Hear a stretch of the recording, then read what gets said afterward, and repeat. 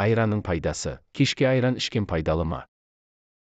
Пайдалы кеңестер арнасы сіздерге көпшілігі күнделікті тұтынып жүрген айран, оның пайдасы туралы мәлімет ұсынады. Пробиркалық, минералды, медицинада жалпы денсаулыққа пайдалы өнім деген түсінік жоқ. Кез келген өнім бір адамға пайдалы болса, ал екіншісіне ешқандай әсер етпеуі мүмкін. Мысалы, айран бүйрек жетіспеушілігі бар науқастарға артық ақуыздың көзі ретінде кері әсер етуі мүмкін. Ал айранды кешкі уақытта ішудің денсаулыққа қалай әсер ететіні жайлы әлі ешкім зерттеу жүргізбеді. Бірақ дәстүрлі диетология ашыған сүт өнімдері шынында да пайдалы деп сендіреді. Себебі олар ақуызға бай. Сондай-ақ айранның құрамында сүтке қарағанда лактоза аз, ал бұл лактоза кемістігі бар адамдарға жақсы әсер етеді. Біз көбінесе ашыған сүт өнімдерінде ас қорыту мен иммунитетті жақсартатын пайдалы бактериялар бар екеніне назар аудартатын жарнамаларды көреміз. Бұл шынымен де солай ма? Шынында да, йогурттың құрамында лактобактериялар, кейде бифидобактериялар көп мөлшерде болады. Мұнда біз екі экстремалды позицияға кезігуіміз мүмкін.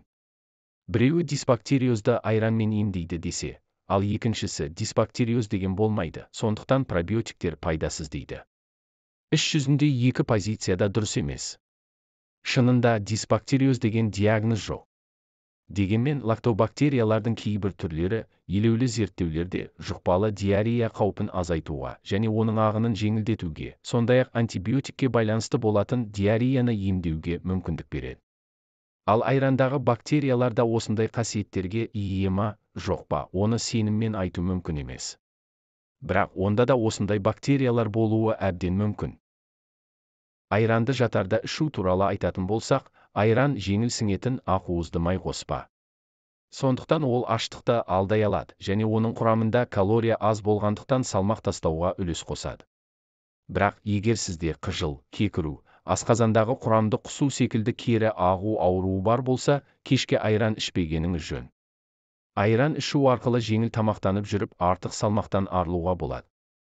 Бірақ бұл күнделікті дұрыс тамақтану мен дене шынықтырудың баламасы емес, тек оған қосымша көмек болып табылады. Ал балалар мен бірінші типтегі қант диабетіне шалдыққан науқастарға жеңіл тамақтану зиян. Ол әсіресе циклдық кетонемиялық құсуға бейім балалардың ауруын асқындырып жіберуге қабілетті қанда кетондық денелердің құрамының көбеюіне әкелуі мүмкін. Тұтастай алғанда мерекеден кейін аш жүру идеясы дұрыс емес.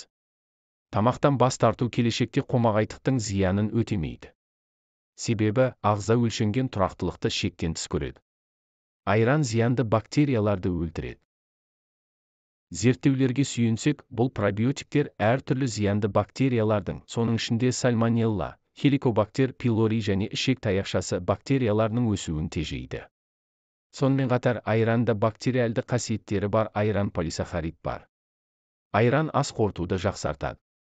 Айрандағы пробиотиктер ішектегі пайдалы бактериялардың балансын қалыпқа келтіруге көмектеседі. Бұған қатысты жүргізілген зерттеу нәтижелері пробиотиктердің, әсіресе диарея кезінде тиімді екендігін көрсетті.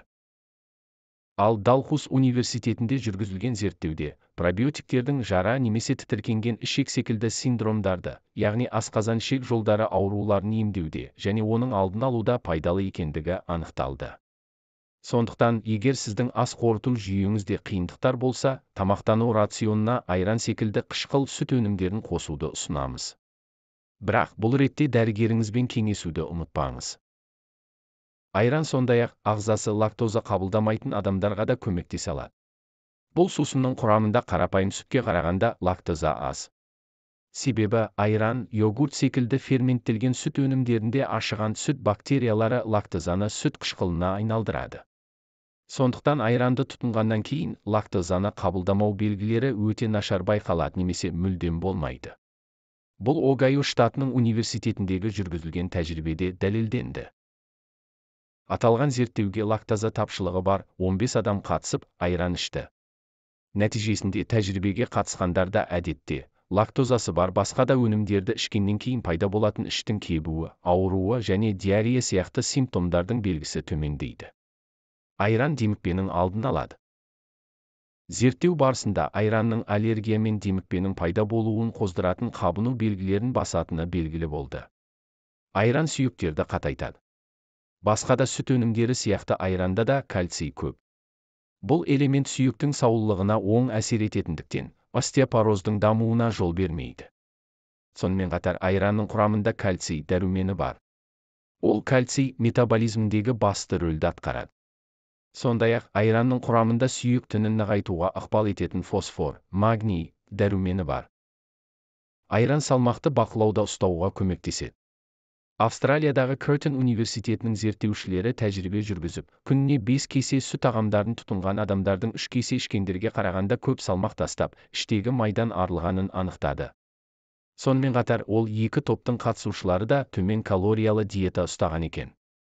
Мысалға, бір кесе айранда орташа алғанда 120-150 калория, 3-6 грамм май және шамамен 6 грамм ақуыз бар. Тіпті осындай төмен калорияға қарамастан, айран аштық сезімін толығымен басады. Отбасылар, бірақ есіңізде болсын, майлылығы 1% болатын төмен калориялы айран сатып алудың қажеті жоқ. Мұндай өнім жылдам өңделіп, барлық пайдалы қасиеттерін жоғалтады. Ал бұл жағдайда жай ғана су ішкен пайдалы болма. Видео ұнаса арнама тіркеліп, өз пікіріңізді білдіре кетіңіз. Сіздің ойыңыз біз үшін өте маңызды. Рахмет.